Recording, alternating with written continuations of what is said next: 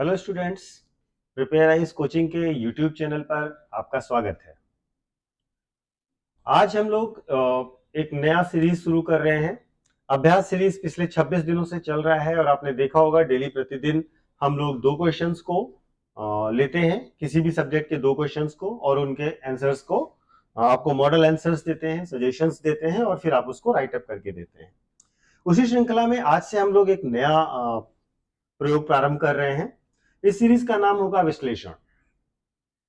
इसके अंतर्गत हम प्रतिदिन आपको जो महत्वपूर्ण न्यूज एनालिसिस होगी या न्यूज आर्टिकल होगा उसको हम एनालाइज करके बताएंगे, समझाएंगे और उसके एड ऑन पॉइंट्स आपको देंगे।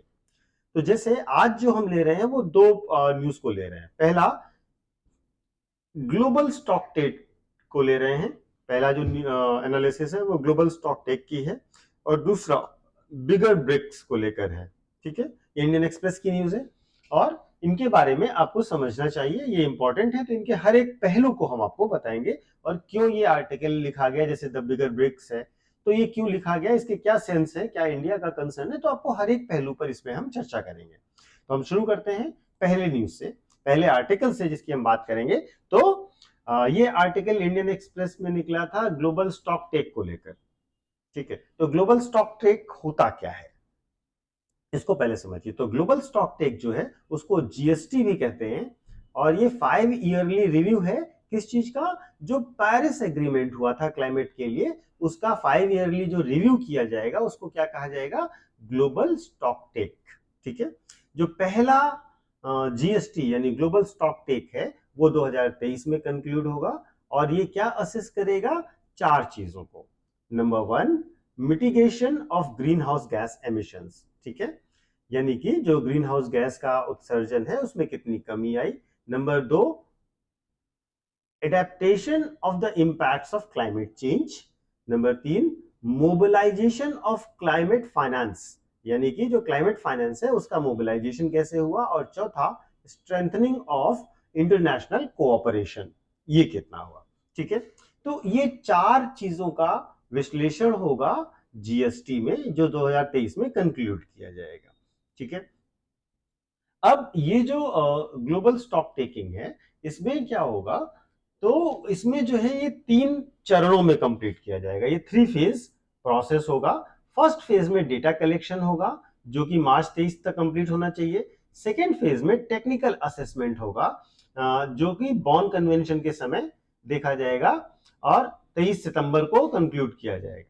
ठीक है, और इसके साथ साथ एक रिपोर्ट फाइनलाइज की जाएगी जो टेक्निकल फाइंडिंग में होगी और लास्ट फेज में क्या होगा? इसके आउटपुट्स को कंसीडर किया जाएगा जो कि COP28 दुबई में होगा वहां पर।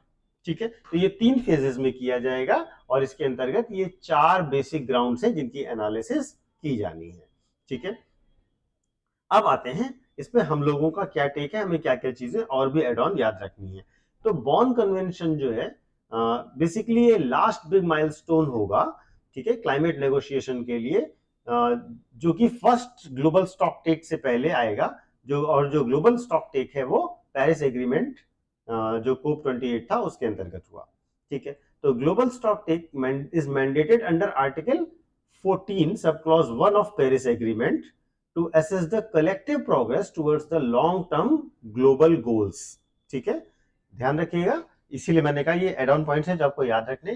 अनुच्छेद 14 जो पेरिस एग्रीमेंट है उसका सब क्लॉज 1 है जो कहता है कि कलेक्टिव प्रोग्रेस का इवैल्यूएशन किया जाएगा कि लॉन्ग टर्म गोल्स में कितना हुआ, इसीलिए 5-5 साल पे इसका इवैल्यूएशन होगा।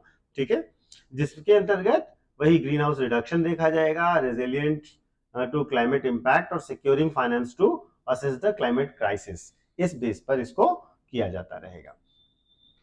ठीक है, तो बेसिकली जो है 3 मेन गोल्स क्या थे पेरिस एग्रीमेंट के, उसको भी एक बार रिवाइज कर लेते हैं। पहला, protect people from climate impacts. दूसरा, limit global warming below 1.5 degree centigrade और make finance flow to climate action. ये 3 ब्रॉड गोल्स थे पेरिस एग्रीमेंट के। ठीक है, अब इसके साथ साथ कंट्रीज को अपडेट किया जाएगा और बताया जाएगा कि जब ग्लोबल स्टॉक टेक की रिपोर्ट आएगी कि आपने क्या क्या किया है और क्या क्या कमियां रह गई हैं। और किस तरीके से उनको फंड और अवेलेबल कराया जाए जिससे वो जो डिसाइडेड कॉन्ट्रीब्यूशन है वो कर सके क्लाइमेट एक्शन के लिए, ठीक है। और यही चीज पूरा ग्लोबल स्टॉक टेक के अंतर्गत आ रही है, ठीक है। तो ये समझ में आ गया आपको, ये पहली न्यूज थी और इससे रिलेटेड इतनी सारी चीजें थी जो आपको जाननी चाहिए। दूसरा है अ बिगर ब्रिक्स, ये इंडियन एक्सप्रेस का न्यूज है, सॉरी एनालिसिस है, जो जिसका लिंक मैंने आपको दे दिया है।